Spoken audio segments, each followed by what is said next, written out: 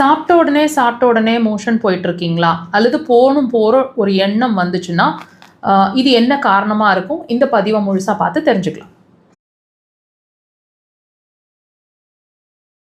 சாப்பிட்ட உடனே தான் மோஷன் போயிட்டுருக்கோம். டைம் இல்லாமல் மோஷன் போயிட்டுருக்கோம். ரொம்ப ஒரு 2-3 தடவைக்கு மேலே ஒரு நாளைக்கு மோஷன் வர்ற மாதிரி இருக்குது.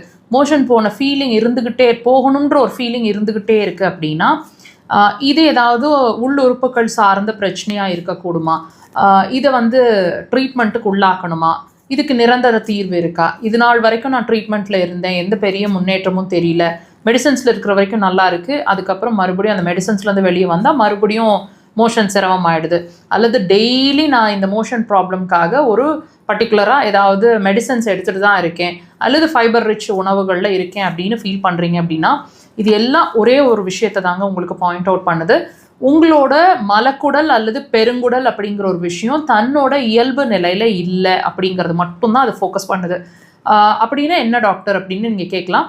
இந்த ஒரு விஷயம் என்ன ஃபோக்கஸ் பண்ணுது அப்படின்னா, நல்லா கவனிச்சு பாருங்கள். சில நாட்களோ சில மாதங்களோ வருஷங்களுக்கு முன்னாடி இந்த மாதிரி எந்த சிரமமும் இல்லாமல் காலையில் எந்திரிச்சோடனே ஃப்ரீயாக உங்களோட மோஷன் இருந்திருக்கும் இல்லைங்களா? இது கொஞ்சம் கொஞ்சமாக மாறி தான் இப்போ மோஷன் போகிற ஒரு ஃபீலிங் இல்லை, அல்லது மோஷன் டைம் இல்லாமல் போகுது, சாப்பிட்டோன்னே தான் மோஷன் போயிட்டுருக்கோம், இந்த மாதிரி ஒரு அப்நார்மல் கண்டிஷனுக்கு வந்திருப்பீங்க.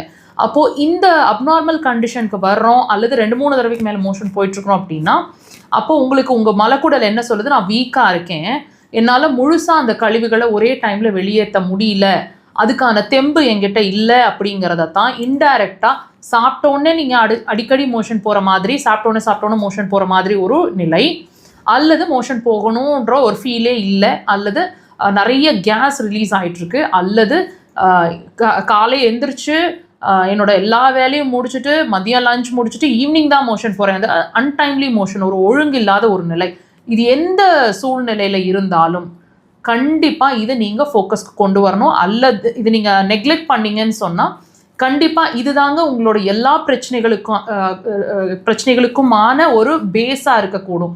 இது நாளைக்கு இருதயம் வரைக்கும் பாதிக்க முடியும்னா உங்களால் நம்ப முடியுதா? தயவு செய்து அதுக்கான இம்பார்ட்டன்ஸை இப்போவே கொடுங்க. அக்குபஞ்சர் அதுக்கு சிறந்த தேர்வாக இருக்கும். கண்டிப்பாக ட்ரை பண்ணுங்க.